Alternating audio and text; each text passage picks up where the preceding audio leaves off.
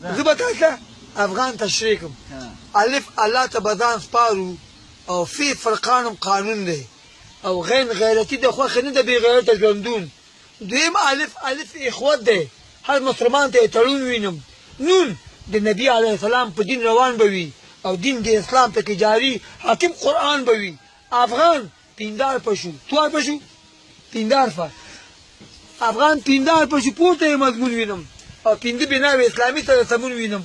همدغه وسایل چې پکې نه وي نو څه افغان به وي؟ دی ښه ګوره ښه ای افغان لږ همت ځان کې پیدا کړه او د وطن په شتمنۍ د جوړ تالان دی، د مظلوم ولس په حال دی ودرېږه. نن په موږ باندې راغلی امتحان دی.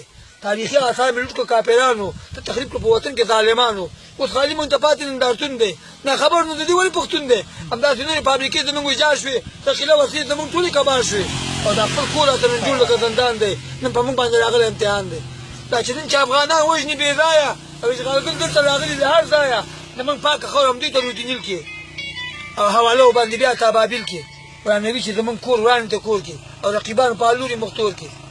رقیبه لاس مې د ازاد ستا تر ګریوان نه رسي، د مظلوم چیغې مې نن بیا ته هم اسمان نه رسي. په مسلمان د خفیفه وسلو بندیز لګېږي خو زموږ مکتب سره یو وسلې اخوا نه رسي. اغیار لګیا د دې افغان هسکه شمله ټیټوي، موږ دمبری د حق په لاره د الله نه رسي. په ناامید ویلو ټول غریب زړونه وهي خو مکانه څوک به مې آخر ستا ته دعا نه رسي. قسم په خدای که دا ژوندون موږ ته هم ژوندون ښکاره شي خو د غلامۍ حلقه تر غاړې د افغان نه رسي. د ابدالي غوندې شاکر شه، نمځرونه مات کړه، د تکبیر غږ دی مسلمه تر سبحان نه رسي او غورځنګه ټوله د ایب ژوندۍ کړه چې انګازه دی تر لندن تر جاپان نه رسي. په مینه الله توفیق.